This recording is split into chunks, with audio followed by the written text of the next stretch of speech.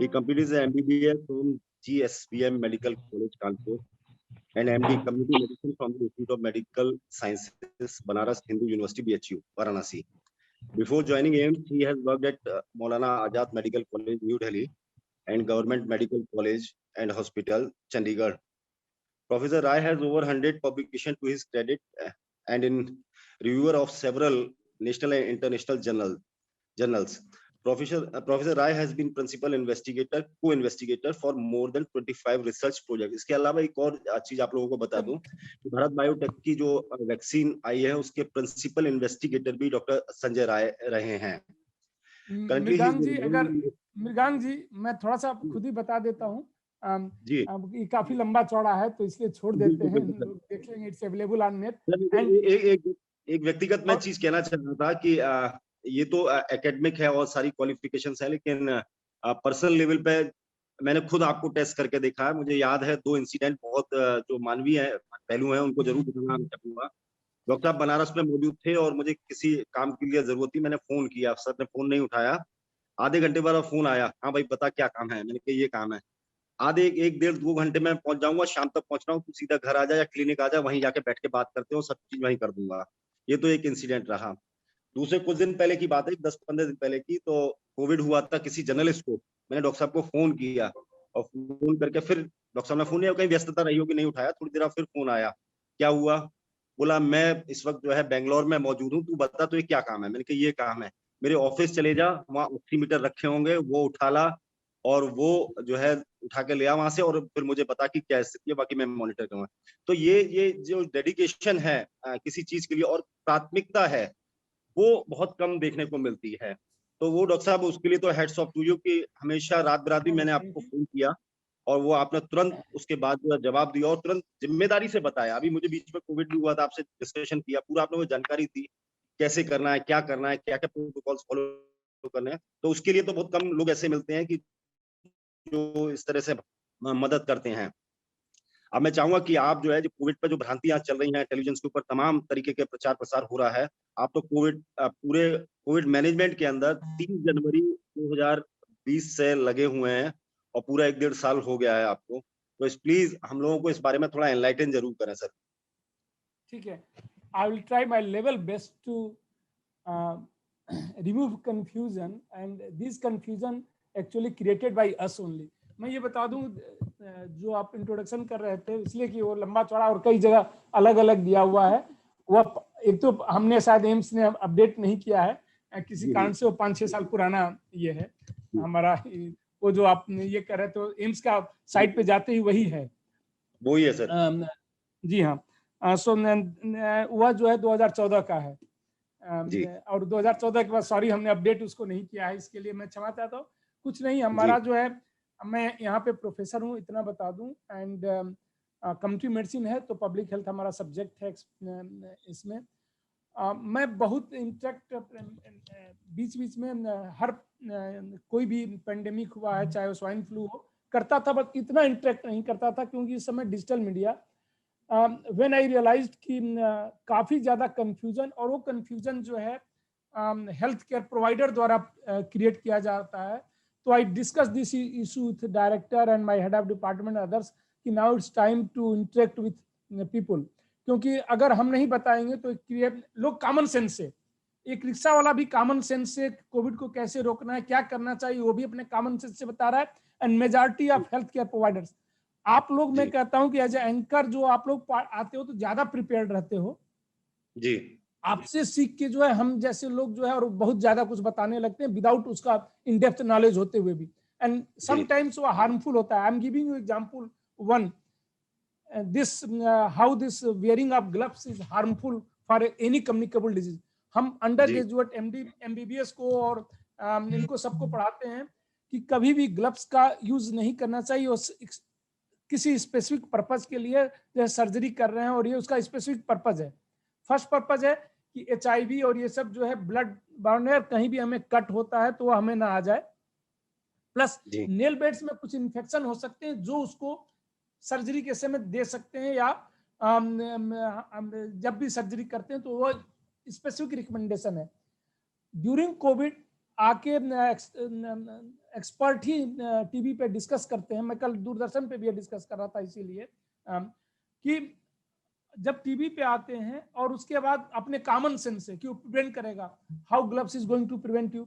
अगर आप ग्लव्स नहीं पहने हुए तो कोई भी कंटामिनेटेड चीज को छुएंगे तो आप उसके बाद हाथ धो लेंगे। एक बार जब ग्लव्स आप पहनते हैं तो आपको एक परसेप्शन हो जाता है कि नाउ यू आर प्रोटेक्टेड, ये छूने से नहीं फैलता, ये छुआछूत की बीमारी नहीं है, ये जो है person to person mainly droplet या फोमाइट या एरोसॉल से जो है कि एयरबॉर्न है, तो ये 3 रूट से फैलता है।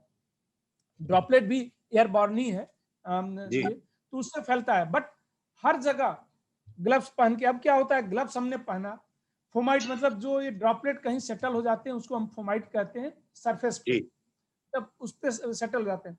अब मैंने अगर ग्लव्स पहना हुआ है तो मैं किसी भी सरफेस को छूंगा, उसके बाद मैं अपने मोबाइल को छूंगा, मैं हाथ नहीं धोने जा रहा हूं, मेरा मोबाइल कंटामिनेटेड रहेगा, मैं हर चीज को छूता जाऊंगा, कहीं भी जाऊंगा ये सोचते हुए कि मैं बचा हुआ हूं।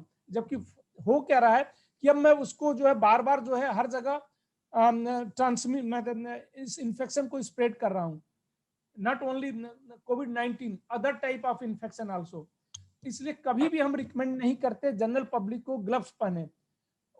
एक फॉल्स देके जो है वह एक्चुअली हार्मफुल प्रैक्टिस है, जो हम वेस्ट जनरेट कर रहे हैं ये तो गलत है। जिस पर्पज के लिए हम यूज कर रहे हैं उस पर्पज के लिए ग्लव्स नहीं है। ग्लव्स एयरबॉर्न इन्फेक्शन के लिए नहीं होता, ग्लव्स होता है कि कोई इससे जो है आपसे जो है दूसरों को इन्फेक्शन हो रहा है आपकी उंगलियों से, या आपको उससे होने का खतरा है तो समझ में आता है। जो हम बार बार हाथ धोने की बात करते हैं इसलिए करते हैं क्योंकि कंजक्टिवा ये आंख से या जहां भी म्यूकस मेम्ब्रेन होते हैं, these are the mucus membrane, like your mouth पे म्यूकस मेम्ब्रेन है, ये आपका जो है म्यूकस मेम्ब्रेन है, आंख का जो कंजक्टिवा है हमारा, जो ये व्हाइट दिखाई देता है या नीचे रेड दिखाई देता है। अगर हमारा हाथ कंटामिनेटेड है वायरस से और हमने आंख को या मुंह को छुआ तो वहां से इन्फेक्शन होने का खतरा रहता है। इसलिए कहते हैं कि बार बार हाथ धोने का जो ये है। कोविड के 3 बेसिक प्रिंसिपल हैं रोकने का, और वही किसी भी रिस्पिरेटरी डिजीज में जो ड्रॉपलेट से या ड्रॉपलेट न्यूक्लियाई से या एरोसॉल से फैलता है उसको रोका जा सकता है। First and most effective is your mask. और क्यों ये या 2 मीटर की डिस्टेंस, एंड थर्ड इज बार बार हाथ धोना। इसका पीछे बेसिक रीजन जो है, देखिए जब मैं बोल रहा होता हूँ, खांस रहा होता हूँ या गाना गा रहा होता हूँ या स्नीजिंग हो रही होती है तो छोटे छोटे ड्रॉपलेट्स निकलते हैं ये मुंह से।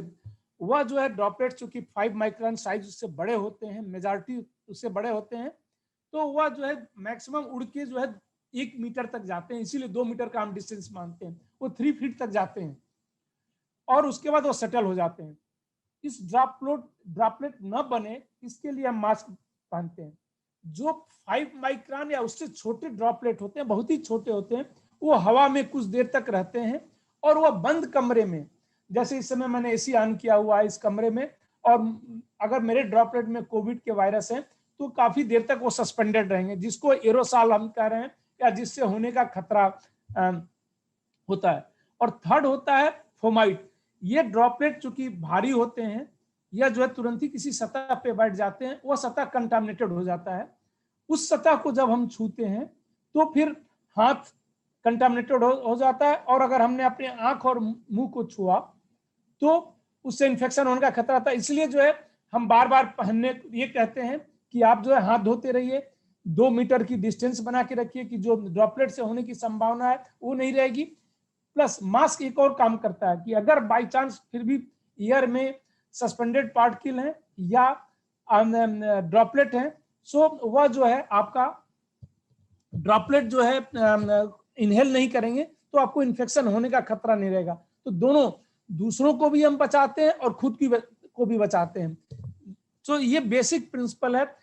करीब ऑलमोस्ट 15 करोड़ के आसपास जो है दुनिया में केसेस हो चुके हैं, और जिस रेट से बढ़ रहा है, कई बार वेव्स आए हिंदुस्तान में भी, जिस तरीके से अभी वेव जो चल रहा है महाराष्ट्र में अब लगभग प्लेटू आ गया है। हम उम्मीद करते हैं कि अगले हफ्ते से डिक्लाइन शुरू हो जाएगा महाराष्ट्र में। दिल्ली में तो अभी ऊपर ही जा रहा है, और कंट्री में ऑलमोस्ट सारे स्टेट में देखा जाए तो ऊपर जा रहा है। जो बचाव का ये है, मेनली यही है मोस्ट इफेक्टिव स्ट्रेटजी जो है, हम अपने आप को, और इस समय जब वायरस का सर्कुलेशन काफी ज्यादा है, पॉजिटिविटी रेट देख लीजिए तो 30 से 40%, 50% तक कई जगह पे पॉजिटिविटी रेट आ रही है। मतलब पॉजिटिविटी रेट मींस कि जितना हम टेस्ट कर रहे हैं कितने लोग उसमें पॉजिटिव हो रहे हैं। अगर ये सब है तो हमें जो है अपने आप को जो है बचाना चाहिए। जब इतना हाई इन्फेक्शन का रेट रहता है तो बेस्ट वे ये होता है कि जितना भी लोगों से कम इंटरेक्शन हो उतना बेटर है। ये बहुत लंबे समय तक नहीं रहेगा जितना इन्फेक्शन हो रहा है, ये 1-2 महीने तक ही इस टाइप का इन्फेक्शन रहेगा, बट उसके बाद उम्मीद है कि नीचे आएगा। जैसे बाकी कंट्री में हुआ, हम देख लें यूके में हुआ, यूएस में भी जो है बहुत ही हाई गया हुआ था, इजराइल में हुआ, ब्राजील में, तो ग्रेजुअली जो है उसके बाद जब ज्यादा पॉपुलेशन को इन्फेक्ट करेगा तो थोड़ा सा डिक्लाइन नेचुरल में होता है। There are only 2 ways to prevent this type of disease, and we call this herd immunity. Herd immunity means ये होता है कि एक अच्छा खासा पॉपुलेशन में इम्यूनिटी डेवलप हो गई, और कुछ लोगों में नहीं भी इम्यूनिटी डेवलप हुई है तो उनको इनडायरेक्ट वे में प्रोटेक्ट करना, this is called herd immunity. इसका जो है 2 ही तरीके से हो सकता है, या तो नेचुरल इन्फेक्शन है या वैक्सीन है। Luckily all over world now we have 13 vaccines and all are effective and safe. तो बेस्ट वे, हम किसी को एक्सपोज नहीं कर सकते कि आप जो है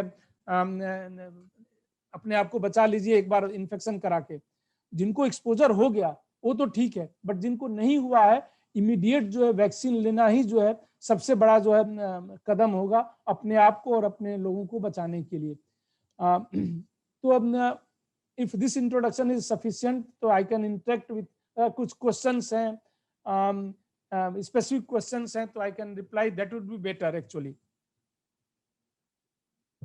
मृगांक जी।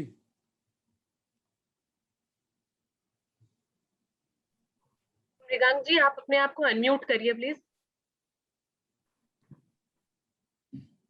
Anybody ask any question, I am ready to.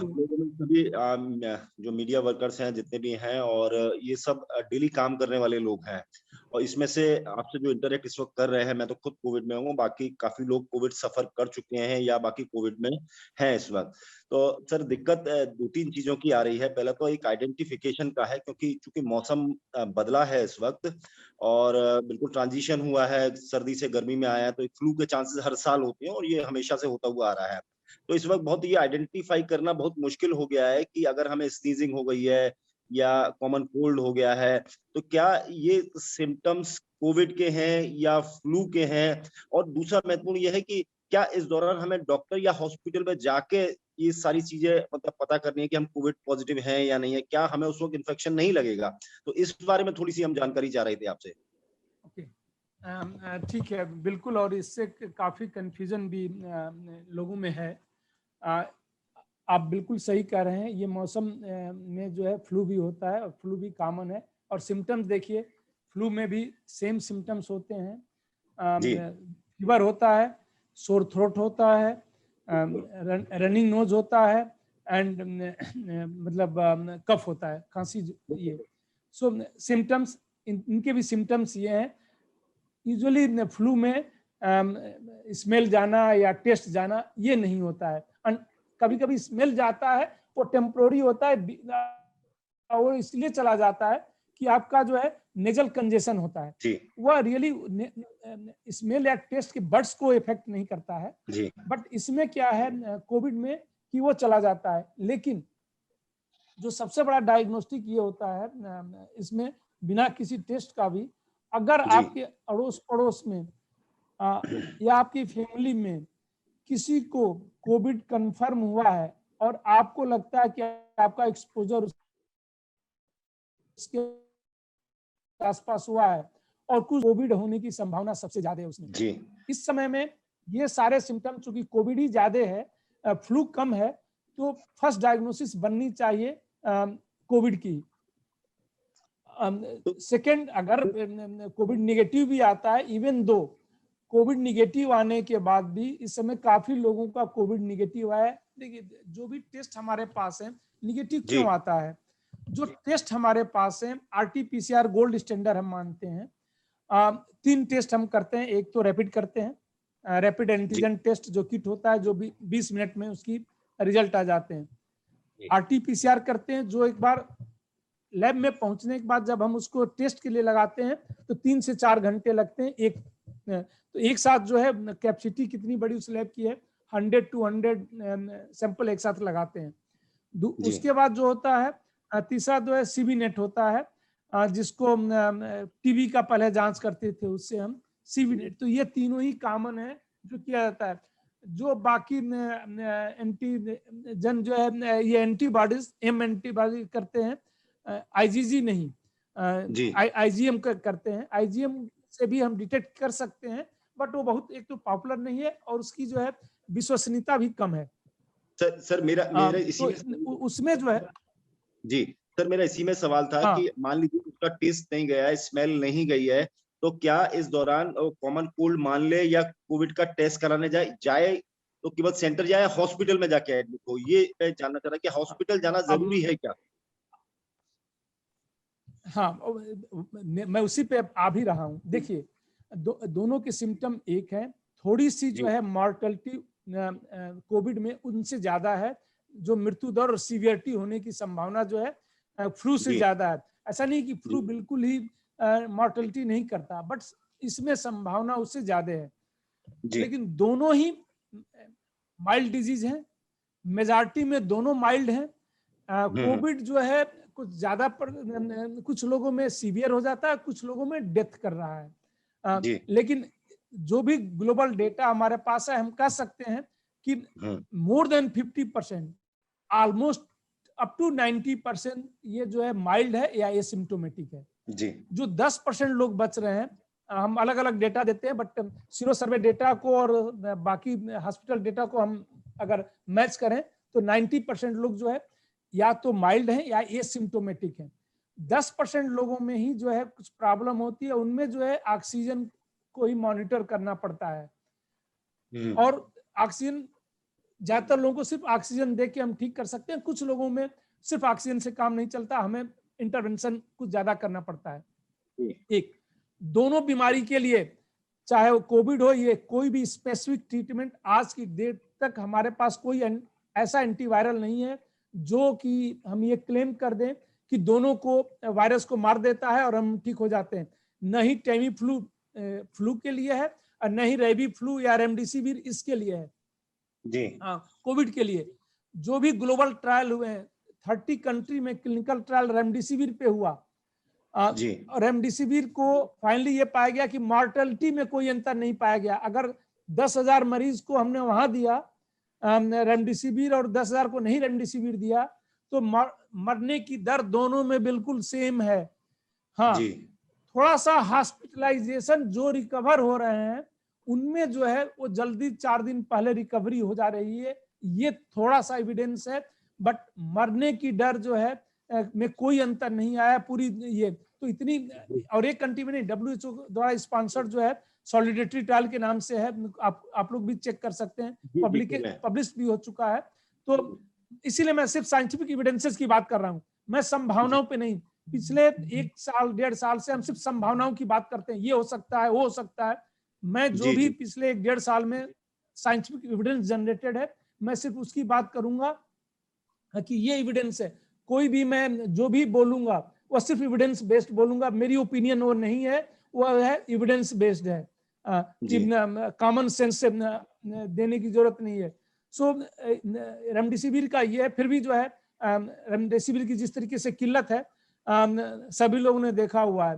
Remdesivir किसी कारण कुछ में रिकमेंडेड है कि वायरल रिप्लिकेशन का एविडेंस है कि बहुत फास्ट होता है, तो शायद वो स्लो कर दे रहा है, बट डेथ में अंतर नहीं कर रहा है, रिकवरी जल्दी करा दे रहा है। बस इतना ही एविडेंस आज की डेट तक हमारे पास अवेलेबल है, एक भी नहीं है। देखिए, ये पूरा दुनिया जो इस समय थोड़ा सा इट्स ओनली साइंस पे ही नहीं चल रहा है। जी हेलो श्री पर्णा हमारे साथ आपसे एक सवाल लेना चाहती हैं सर। हेलो डॉक्टर राय, गुड आफ्टरनून डॉक्टर राय। अच्छा sir, this time there has been a talk of new mutants and new variants. So I would like to ask you, are the symptoms any different of these variants, or they are basically the same symptoms which we have been seeing since last year? Almost symptoms are same, but there's slight difference, like slightly more moderate or severe, like fever. Now we are observing high grade fever. पहले जो है high grade fever इतना common नहीं था. This time it's a very high grade fever, right. Okay. The second is cough also. So cough जो है पहले भी था, but this time severity of cough is more. And the third is investigational जो observation में है, like CT मतलब viral load. So slightly viral load is more than the previous one, जो ओरिजिनल वन वायरस जिसको हम कह सकते हैं, previous strain or variant. This time there are 3-4 strain of, देखिए, this is a RNA virus, and in RNA virus mutations जो है बहुत ही common होता है, क्योंकि they replicate very fast. जब भी fast replication होगा, so the chances of developing mutation would be very high. Okay. So like any other RNA virus, same principle apply here also in this COVID-19. So almost more than thousands of the mutations have been observed all over the world. लेकिन सबसे हमारा concern नहीं होता. There are very few. Concern हमारा तब होता है either वो हाईली इन्फेक्शियस हो जाए, या मॉर्टेलिटी इंक्रीज कर ले, या 3 रीजन, या इम्यूनिटी जो एग्जिस्टिंग इम्यूनिटी है उसको बाईपास करने लगे, either through natural infection or through this vaccine immunity. So immunity escape अगर है, then it's a variant of concern, जिसको VOC हम variant of concern करते हैं. Variant of there are various terminology we use. Variant of concern, variant of interest. Interest है कि अभी evidence generate कर रहे हैं, but concern तब हो गया जब either passing immunity or very infectious, जैसे like this UK strain. It's a very highly infectious strain, and all over country it's traveling जो data है in Delhi, Punjab and Maharashtra, अच्छा खासा percentage है of new strain. So almost reply to your question, symptoms are almost same with slightly more severe symptoms. Yeah. Sir हमारे साथ स्वाति माथुर है times of India से, वो आपसे कुछ सवाल पूछना चाह रही थी sir. Doctor Rai, thank you for joining us. मेरे 2 छोटे-छोटे सवाल हैं आपसे कि एक तो ये है कि because the health infrastructure is under a great deal of stress, तो अगर लोगों को हॉस्पिटलाइजेशन से प्रिवेंट करना है अपने आप को, तो what are the Covid protocols one must follow at home. And दूसरा, हमारे 2 मेंबर्स ने ये भी सवाल पूछा है कि फीवर किस लेवल पे डेंजरस माना जाए. अगर 101 टेम्परेचर है तो is it considered dangerous, and steroids क्यों दिए जा रहे हैं लोगों को, is that really helping people in the treatment of Covid? Okay, so first is about fever, second is around about steroid, and what was the third कि घर पे क्या होम मैनेजमेंट किस तरह से हो.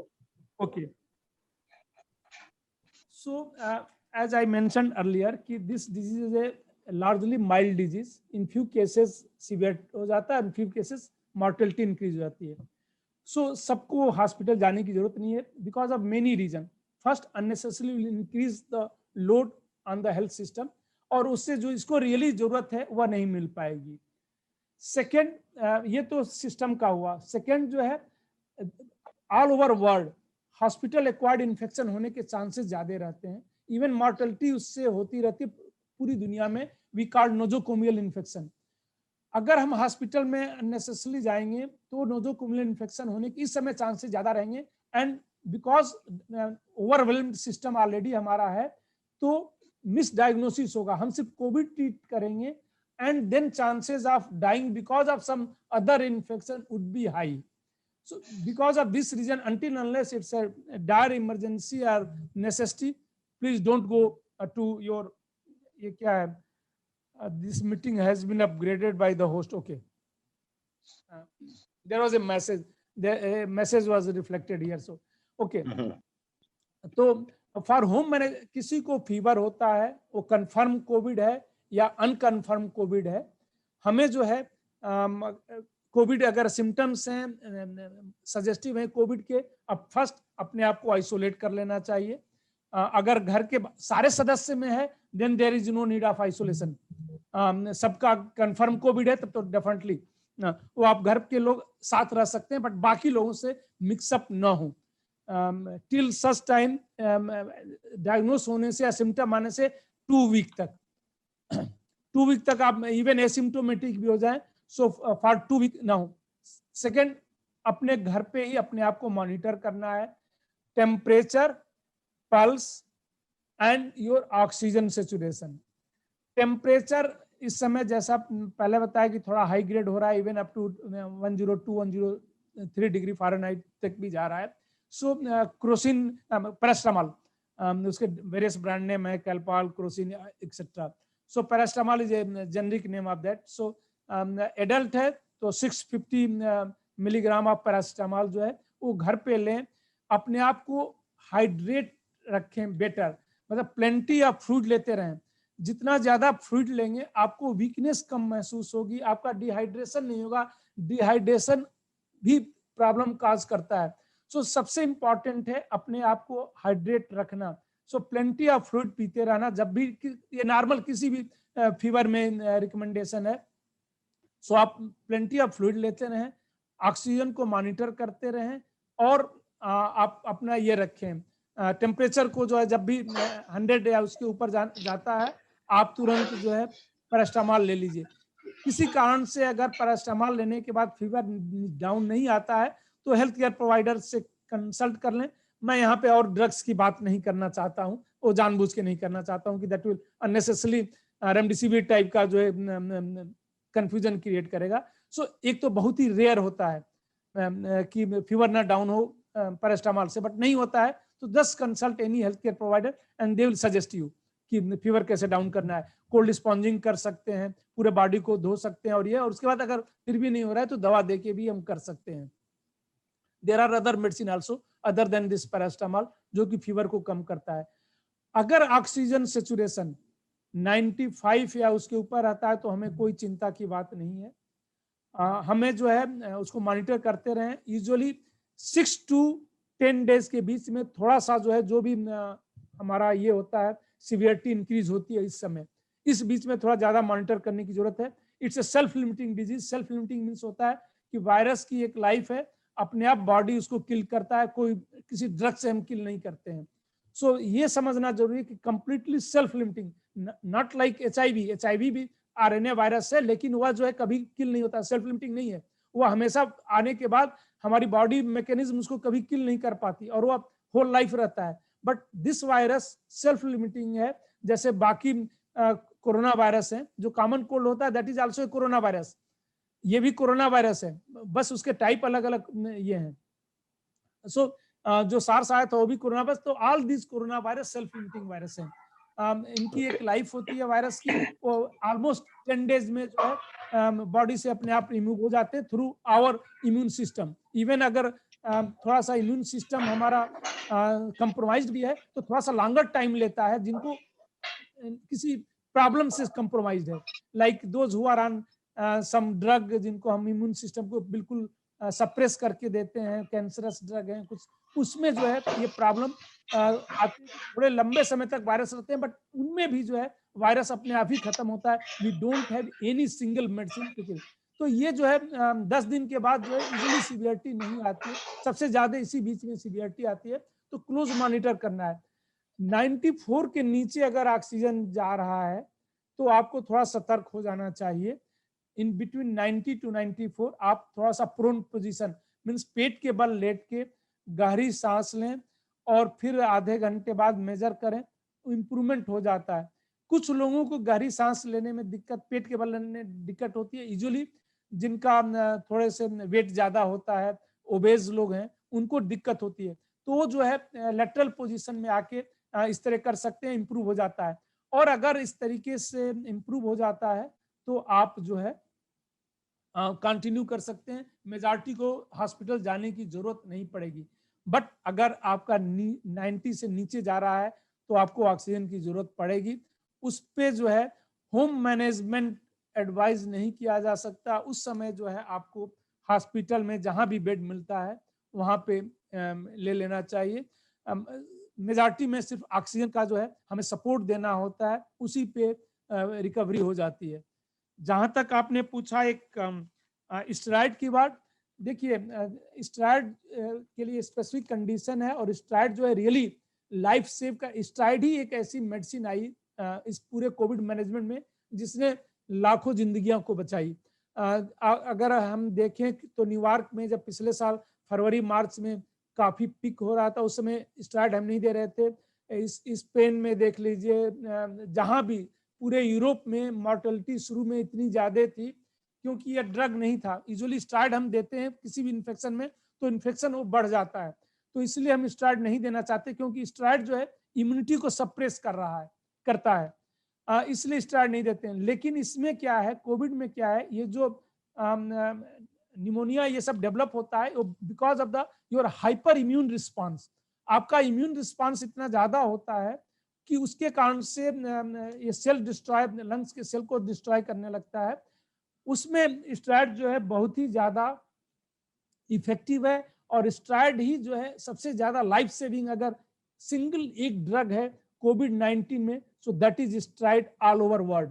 और उसके बाद से आप पूरी दुनिया में देख लीजिए, स्टेरॉइड का जब से ये हुआ कि नहीं किया जा सकता, बट उसके लिए स्पेसिफिक कंडीशन है, शुरू में नहीं लेते हैं स्टेरॉइड, अदरवाइज वो वायरल रिप्लिकेशन को और इंक्रीज कर देगा। स्टेरॉइड लेने की कंडीशन है वह जो है डॉक्टर मॉनिटर करके, और अपने आप नहीं लेना चाहिए। अभी स्टेरॉइड उसको रिकमेंड नहीं किया गया है। तो जब तक आप होम मैनेजमेंट पे हैं अभी अपने से स्टेरॉइड न लीजिए, अनटिल अनलेस कोई सजेस्ट नहीं करता है कि अब वायरल रिप्लिकेशन के चांसेस कम है, अब आप स्टेरॉइड ले सकते हैं, तो जो उससे सिम्टम आ रहे हैं वो आपके सबसाइड कर जाएंगे। तो इसलिए steroid is a very useful drug, supportive treatment है, it's not specific to COVID. SARS corona virus 2 को नहीं मारता है, बट जो उससे प्रॉब्लम्स है उनको ट्रीट करता है, and it's a miracle drug, मैं ये कह सकता हूं इन करंट सिनेरियो।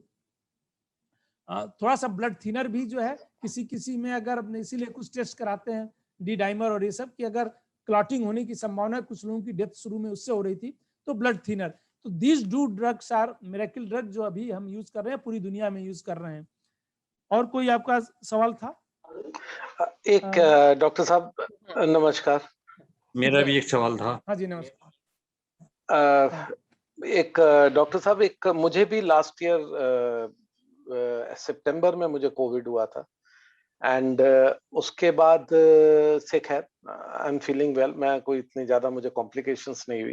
लेकिन मेरा एक जनरल ये मानना है कि मुझसे कोई भी पूछता है आपको क्या हुआ था, आप किस तरह से सरवाइव किए, या उसके बाद क्या करना चाहिए, तो मैं अपनी ओपिनियन देता हूँ।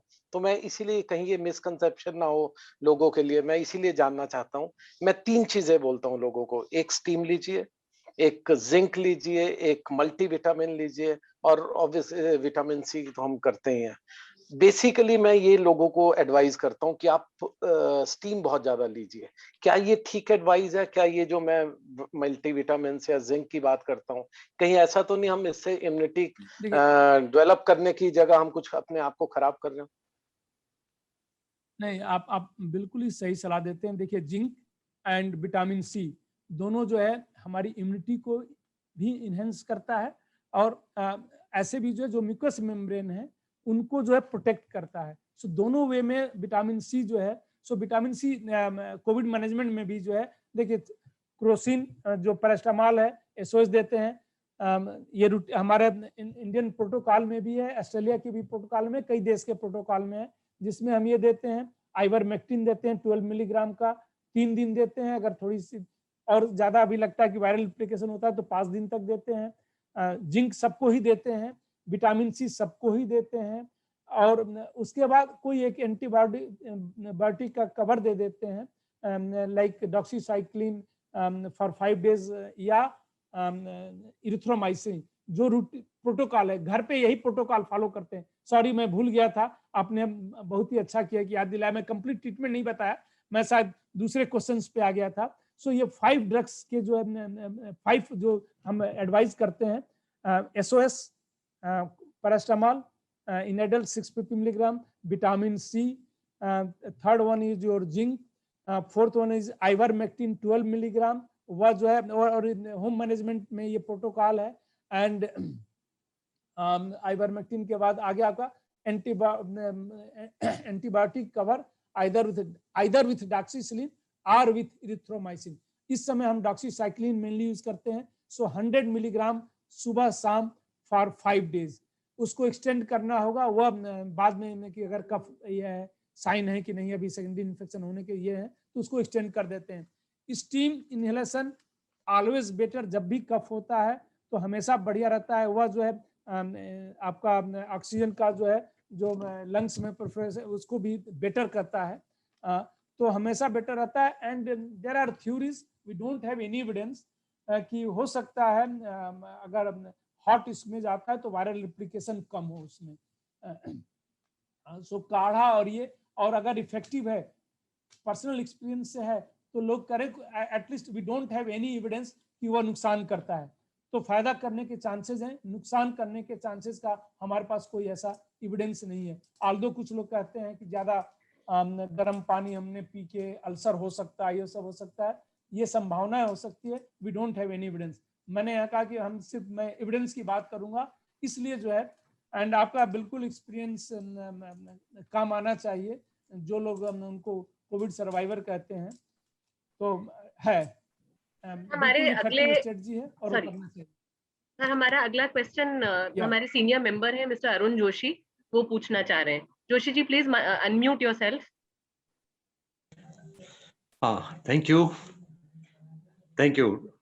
डॉक्टर साहब। मैं I am around 73 year old and I've been taking medicine for BP and sugar, so I have all borderline. I take Metlar XR 50 every day and this 500 for this glyciphage. अच्छा, मैंने दोनों vaccination करवा लिए हैं अपने। उन vaccination में मैंने कोविशील्ड मुझको लगा है। I just wanted to ask about, because I've been reading in various newspapers. अच्छा, मैं आपको एक चीज बता दूं, मैं पिछले कुछ सालों से इकोस्प्रिन 75 भी लगातार ले रहा हूं, तो क्या मैं ये लगातार लेता रहूं? एक खबर में सुन रहा था कि शायद इसमें कुछ ब्लड क्लॉटिंग की प्रॉब्लम हो सकती है। ठीक है, आप पहले तो आपने कहा कि आपने दोनों वैक्सीन लगा लिया। दोनों वैक्सीन या 2 डोज वैक्सीन का लगा लिया? क्योंकि दोनों वैक्सीन एक साथ नहीं जी, 2 डोज लगा लिए मैंने कोविशील्ड के। हाँ, इस समय हिंदुस्तान में 2 वैक्सीन दिए जा रहे हैं जो अप्रूव है, और तीसरा अभी अप्रूव हुआ है बट उसको जो है हमने अभी देना शुरू नहीं किया है, वो स्पुतनिक का जो है। ये वैक्सीन जो बने हुए हैं पूरी दुनिया में 13 वैक्सीन इस समय हम यूज कर रहे हैं। उनके प्रिंसिपल्स अलग अलग हैं, टेक्नोलॉजी जो यूज की जा रही है अलग अलग है। एक है इसलिए कि साइड इफेक्ट से रिलेटेड है, इसलिए मैं उसको थोड़ा सा बता दूं। एक है उसी वायरस को किल करके जो है हम देते हैं, और ये काफी पहले से भी हम देते आए हैं। इस टेक्नोलॉजी को हम यूज करते रहे हैं पहले से। पोलियो का वैक्सीन हम इसी पे बनाए हैं। सो पूरे वायरस को हम कल्चर करते हैं, किल करते हैं और उसको देते हैं, और वह जो है बॉडी उसको रिकॉग्नाइज करता है कि वायरस आ गया, तो उसके अगेंस्ट एंटीबॉडीज बनाता है, और फिर जब रियल में वायरस आता है तो उसको किल कर देता है। सेकेंड जो इंडिया में है वह है हमारा कोविशील्ड, जो कि एक एडिनो वायरस प्लेटफॉर्म को यूज किया जा रहा है। वो एडिनो वायरस जो हमें कॉमन होता रहता है इन्फेक्शन, बट जो उसमें यूज किया जा रहा है वो चिंपैंजी का एडिनो वायरस यूज किया जा रहा है, ह्यूमन का एडिनो वायरस नहीं। उसमें जो है कोविड के सेल डाले जा रहे हैं प्रोटीन, जो स्पाइक प्रोटीन, इसके 4 प्रोटीन होते हैं, बट सबसे ज्यादा जो है स्पाइक प्रोटीन, एस प्रोटीन जिसको हम बोलते हैं, उससे एंटीबॉडीज बनते हैं। वो उसको डाल के हम इनोकुलेट करते हैं। जब वो शरीर के अंदर आता है तो शरीर उसको as a spike protein recognise करता है। वो डिजीज नहीं कर पाता, बट स्पाइक प्रोटीन के अगेंस्ट जो है एंटीबॉडीज बनाता है। जब कोई वायरस आता है, क्योंकि वायरस जो है उस स्पाइक प्रोटीन से ही हमारे शरीर के सेल में अटैच होता है, जो एक S2 रिसेप्टर है वहां पे जाता है और वहां अटैच हो जाता है, उसको प्रिवेंट करता है, क्योंकि वहां एंटीबॉडीज होता है उसको अटैच नहीं होने देता है। इस वे में हमें इन्फेक्शन नहीं होता है, और इन्फेक्शन होता है तो उतना मल्टीप्लीकेशन नहीं हो पाता है, इसलिए वो सीवियर नहीं हो पाता है। ये है प्रिंसिपल। जो मैसेंजर आरएनए है ऑलमोस्ट सेम टाइप के प्रिंसिपल पे काम करते हैं, फाइजर और मॉडर्ना का है। उसके बाद सब यूनिट वैक्सीन है। तो टोटल दुनिया में 13 वैक्सीन है जो हमारे, और ये जो आपका स्पुतनिक भी आ रहा है वो भी जो है वेक्टर ही है, बट वो ह्यूमन वेक्टर को यूज किया है उन्होंने, चिंपैंजी के वेक्टर को नहीं यूज किया, या सेम प्रिंसिपल पे जैसे ये काम करता है आपका कोविशील्ड, उसी प्रिंसिपल पे ये भी काम करता है। जहां तक रही, देखिए थोड़े से एविडेंसेज हैं बट इतने रिस्क कम है कि जो क्लॉट होने का, अगर रिस्क असेसमेंट आप कीजिए तो उतना ही है लगभग जितना कि सड़क पे आप पैदल चल रहे हैं एक्सीडेंट होने का खतरा है, बट जीरो नहीं है। जो ग्लोबल एविडेंसेज हैं, हाँ थोड़ी सी क्लॉटिंग हो सकती है, और वह कई लाख डोजेज में जो है 1 की प्रोबेबिलिटी है, तो प्रोबेबिलिटी बहुत ही कम है। जो भी एविडेंस मैंने कहा कि मैं एविडेंसेस की बात करूंगा, तो आप जो भी क्वेश्चन पूछेंगे उसका मैं एविडेंस दूंगा। ये ऑलरेडी रिपोर्टेड है, गवर्नमेंट ऑफ इंडिया के पास भी अपने कंट्री का डेटा है, सीडीसी ने अपने वेबसाइट पे डेटा डाल दिया है, यूएस का कंप्लीट डेटा, उसी बेसिस पे जो है यूके ने कुछ दिनों तक, not only UK, almost all European countries ने कुछ दिनों तक जो है कोविशील्ड को जो है सस्पेंड कर दिया था। फिर जो है WHO ने कहा कि नहीं है, सफिशिएंट एविडेंस नहीं है, देन दे अलाउड, और अब जो है 60 साल के ऊपर या 55 साल के ऊपर के लोगों को दे रहे हैं, बट अभी भी lower than 55 years of age को जो है वो नहीं दे रहे हैं। So there are some evidences. रही बात आपकी, आपने वो उसी समय प्रॉब्लम होती है, इतने दिनों बाद उससे प्रॉब्लम नहीं होती। जो भी प्रॉब्लम होती है या तो इमीडिएट होती है, एनाफाइलेक्सिस शॉक और इस टाइप की होती है वैक्सीन लेने के, या within week and 15 days maximum problem होती है। उसके बाद जो है वैक्सीन एसोसिएटेड प्रॉब्लम होनी ऑलमोस्ट न के बराबर है। आपने ऑलरेडी वैक्सीन ले लिया है, दोनों डोजेज ले लिए हैं, तो उससे अब प्रॉब्लम होने की संभावना न के बराबर है, ऑलमोस्ट नहीं है वैक्सीन एसोसिएटेड जो है। हाँ, दोनों वैक्सीन में थोड़ा सा डिफरेंस ये है कि जो कोवैक्सीन है उसमें चूंकि सेम वायरस को दे रहे हैं, तो थोड़ा सा ब्रॉड स्पेक्ट्रम उसके जो है ये बनते हैं, एंटीबॉडीज बनते हैं कि चारों प्रोटीन के अगेंस्ट बनते हैं। तो इवन अगर जो ICMR ने अभी कुछ दिन पहले भी डेटा रिलीज किया था कि इवन म्यूटेंट वेरिएंट के अगेंस्ट भी जो है वह इफेक्टिव है, ऑल्दो वो लैब डेटा है, ह्यूमन का डेटा नहीं है अभी हमारे पास इतना कि हम ये कह दें कि नहीं रियली वो प्रिवेंट कर रहा है, बट लैब डेटा की बेसिस पे कि वायरस पे जो है ये जो है कोवैक्सीन जो है इफेक्टिव है। कोविशील्ड का जो भी है हमारे पास यूके वेरिएंट के अगेंस्ट इफेक्टिव है, ये है, बट जो साउथ अफ्रीकन वेरिएंट है उसके अगेंस्ट जो है उसकी इफिकेसी काफी कम हो गई है, और इस पे काफी पब्लिकेशंस भी आ गया है, और अच्छे हाई इंपैक्ट जर्नल में पब्लिकेशंस आ गए हैं। तो ये है, सो ये उसका साइंस पहलू है। जो जितना पब्लिश लिटरेचर है पब्लिक डोमेन में उतना मैंने आपको बताया। Any question related to this मैं आपका आंसर नहीं कर पाया, तो I shall be happy to answer that question. Vaccine related should I continue to take Ecosprin along with my BP medicines after this? Definitely. Yes. Even अगर clotting के chances ज्यादा थे तो उसके बाद हम शुरू कर देते हैं, तो यू हैव टू कंटिन्यू। जो भी मेडिसिन आप लेते हैं कोई भी कंट्राइंडिकेशन नहीं है इस समय। कंट्राइंडिकेशन 3 चीज का है वैक्सीन के लिए in this country, I am talking about this country. First, children less than 18 years of age, उनके लिए वैक्सीन नहीं है। Pregnant and lactating, so pregnancy is contraindication, and lactating जो नर्सिंग मदर है उनके लिए कंट्राइंडिकेशन है। अदरवाइज कोई एब्सोल्यूट कंट्राइंडिकेशन नहीं है। किसी को अगर प्रीवियस डोज से एलर्जी हुई है जो एनाफाइलेक्सिस टाइप थी जिसमें तुरंत एडमिट करना पड़ा, वह कंट्राइंडिकेशन है। And fifth contraindication is if you not, it's not absolute, 4 he absolute contraindication है। जो फिफ्थ है कंट्राइंडिकेशन उनको नहीं देना चाहिए या बहुत संभल के, कि किसी को एनाफाइलेक्सिस सीवियर एलर्जिक रिएक्शन होता है, जैसे पेनिसिलिन देते थे, काफी लोगों की डेथ हो जाती थी पेनिसिलिन का जब इंजेक्शन लगता था, लेकिन उस समय हमारे पास वही एक एंटीबायोटिक होता था और काफी लाइफ सेविंग था। तो वह उस टाइप का अगर ये है तो उसमें थोड़ा सा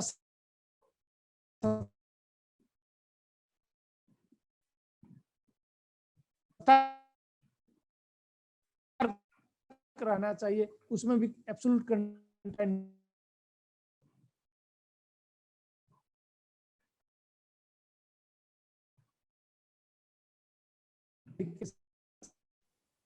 कोई और कोई सवाल लेना चाहता हो? तो सवाल कुछ पूछ तो रही थी। एक वैक्सीन से रिलेटेड ही सवाल है, हमारे एक कोलीग हैं अनिंदो चट्टोपाध्याय, वो पूछना चाह रहे हैं कि अगर मान लीजिए आपको पहली डोज अपनी वैक्सीन की लग चुकी हो और उसके बाद कोई संक्रमित हो जाता है और दूसरी डोज लेने में का जो ड्यू डेट है वो ऑलरेडी आ गई है, तो उस केस में क्या करना चाहिए और क्या उससे फर्स्ट डोज आपकी इनइफेक्टिव हो जाएगी? क्या, what are your thoughts on that sir? Okay. See, current time में vaccine is the no doubt most effective strategy, लेकिन जो भी ग्लोबल एविडेंसेस हैं कि नेचुरल इन्फेक्शन अगर हमें है, एक बार हो चुका है, सो जो नेचुरल इन्फेक्शन से एंटीबॉडीज बनते हैं शरीर के अंदर वो काफी ब्रॉड स्पेक्ट्रम होते हैं, लंबे समय तक रहते हैं। तो अभी तक 6 to 7 मंथ तक प्रोटेक्शन है उनसे और क्वालिटी उनकी अच्छी है। जो हमारा रिकमेंडेशन है कि नेचुरल इन्फेक्शन के बाद अगर हमने वैक्सीन लिया तो हो सकता है वो बूस्टर का काम करे और प्रोटेक्शन को और बेटर कर दे। ये एजम्पशन पे बेस्ड है, हमारे पास कोई इसका एविडेंस नहीं है, but now we have lot of evidence कि नेचुरल इन्फेक्शन ये करता है। इसका मतलब ये नहीं हुआ कि हम नेचुरल लोगों को एक्सपोज करें इन्फेक्शन का, तो उनको जरूरत नहीं लगती है इन्फेक्शन, अगर किसी को नेचुरल इन्फेक्शन हो गया है तो वैक्सीन लेने की, बट अगर वैक्सीन ले लेते हैं तो कोई नुकसान नहीं है लेने से। So same principle apply there also कि फर्स्ट डोज के बाद नेचुरल इन्फेक्शन हो गया तो हमारे पास कोई एविडेंस नहीं है कि उसके बाद सेकेंड डोज लेने से उनकी इम्यूनिटी बेटर हो जाएगी, क्योंकि जो भी डेटा अवेलेबल है नेचुरल इन्फेक्शन में कि ऑलमोस्ट 100% तक 6-7 मंथ तक सिम्टोमेटिक कोविड का प्रोटेक्शन का डेटा है और ऑलमोस्ट 80 to 100% जो है इन्फेक्शन न होने का डेटा है। Whereas with vaccine severity definitely come होती है वैक्सीन लेने के बाद से, सफिशिएंट डेटा हमारे पास है। ये जो है सिम्टम्स कम होते हैं, सफिशिएंट डेटा, क्योंकि जो हम क्लिनिकल ट्रायल्स में जो फॉलोअप करते हैं, जो एफिकेसी निकालने का बेसिस होता है वो सिम्टम्स पे ही होता है, सीवियरिटी पे, इन्फेक्शन पे नहीं होता है। तो हम ये नहीं कह सकते कि वैक्सीन लेने के बाद इन्फेक्शन नहीं होगा, लेकिन इन्फेक्शन होगा और माइल्ड रहे, आपको पता नहीं चले तो कोई नुकसान ये नहीं है। हो सकता है कि कंप्लीटली एसिम्प्टोमेटिक रहे, तो वैक्सीन इस वे में इफेक्ट करता है कि सीवियरिटी को कम करता है, सिम्टम्स को कम करता है। तो सेकेंड के बाद जो गैप होना चाहिए डायग्नोसिस के 4 वीक बाद होना चाहिए। कोई डेटा हमारे पास नहीं कि उनको कितना बेनिफिशियल होगा, बट कोई हार्म नहीं है। और जो भी डेटा है वो ये सपोर्ट करता है कि न भी दें तो कोई नुकसान नहीं है। जी हाँ, थैंक यू सर। सर हमारे एक मेंबर है अनीश जो कि नेक्स्ट पूछना चाह रहे हैं सवाल। अनीश, आप अपने आप को अनम्यूट करें प्लीज।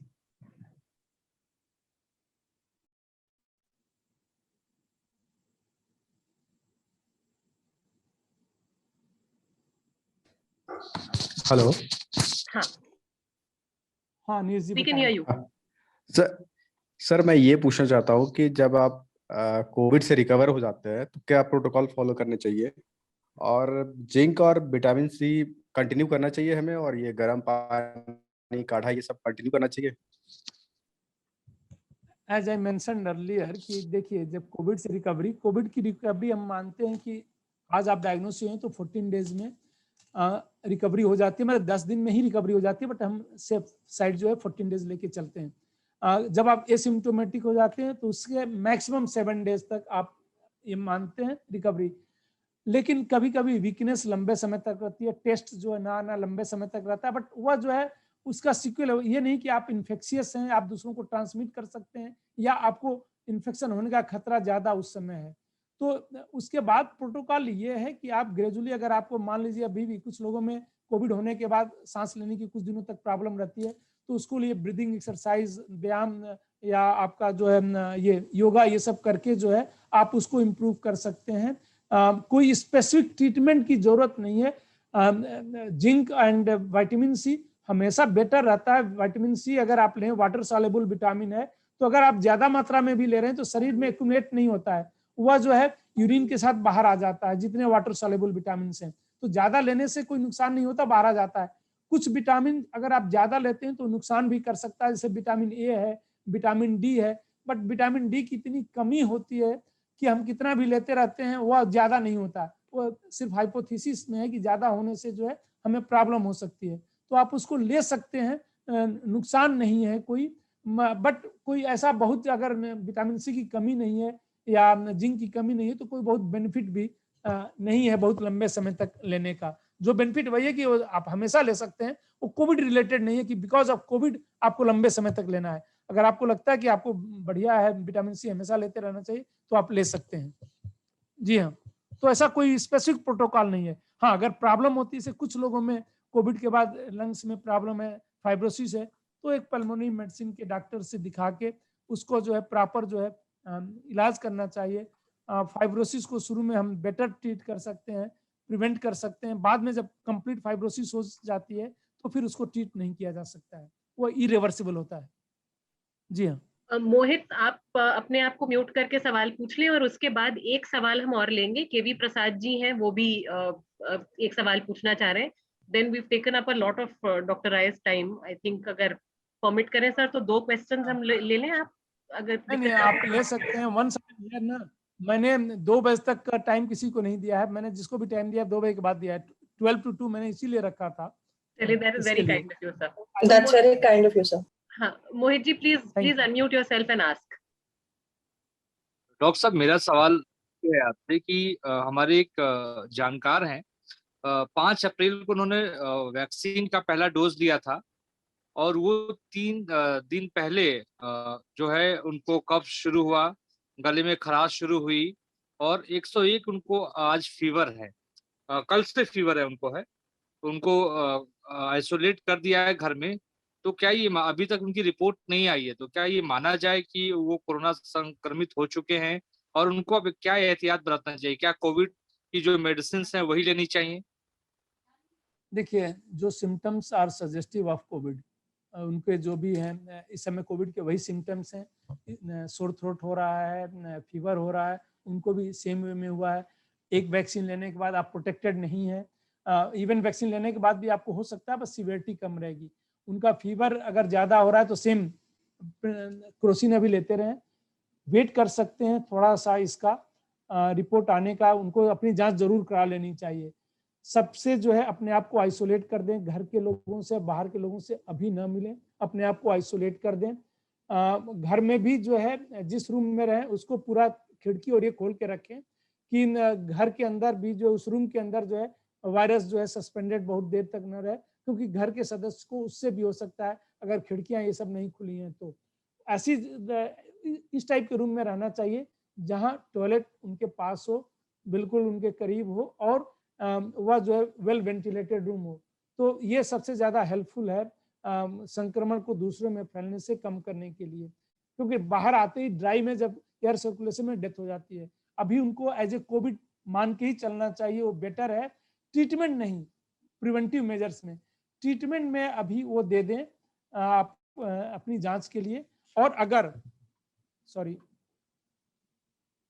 हाँ, अगर वह जो है जांच में पॉजिटिव आता है तो फिर वही कि आइवरमेक्टिन शुरू कर दें, घर पे ही अपने आप को मॉनिटर करें, ऑक्सीजन को मॉनिटर करते रहें, डॉक्सीसाइक्लिन शुरू कर दें। फीवर आने पे जो है ये लेते रहें, आपके क्रोसिन में पैरासिटामोल और जिंक और विटामिन सी लेते रहें। बाकी कफ हो रहा है तो ये ले सकते हैं, स्टीम ले सकते हैं, हार्ट सलाइन गार्गल कर सकते हैं, ऑल दिस। बट अभी उनको ये मान के चलना चाहिए कि कोविड होने की संभावना उनकी सबसे ज्यादा है। जी हाँ, thank you sir. Thank you. Thank you, Dr. Saab. Thank you. I'm Prasad here. Yeah. And Dr. Saab, thank you very much for doing this for हमारे क्लब के मेंबरान के साथ, और काफी क्लैरिटी आती है हम लोगों को। मेरा एक बहुत जनरल सा सवाल है, क्योंकि आजकल मेडिकल फैटर्निटी के इस तरफ से जानना चाहता हूँ कि काफी लोगों को कोविड के लिए, वैक्सीनेशन के लिए प्रोत्साहन जो हो रहा है, लेकिन साथ ही साथ सुनने में आ रहा है कि एसिम्टोमेटिक हैं लोग। तो ऐसे में कैसे डिटरमिन हुआ कि डोज 1 जब लग गया या लगने से पहले वो एसिम्टोमेटिक हो? क्योंकि सुनने में आता है आरटीपीसीआर करने के बाद तो अगर आपका कंफर्म है तो आपको नहीं लगेगा। तो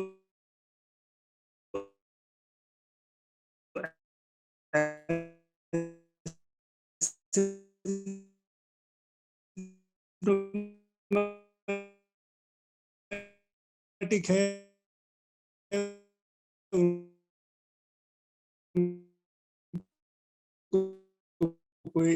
ट्रांसमिशन बढ़ता जाएगा। जहां आप अपने घर से निकलेंगे ट्रांसपोर्ट से, वैक्सीनेशन सेंटर जाएंगे या पैदल जाएंगे, सो लोगों को दूसरे आपसे एक्सपोज होते रहेंगे।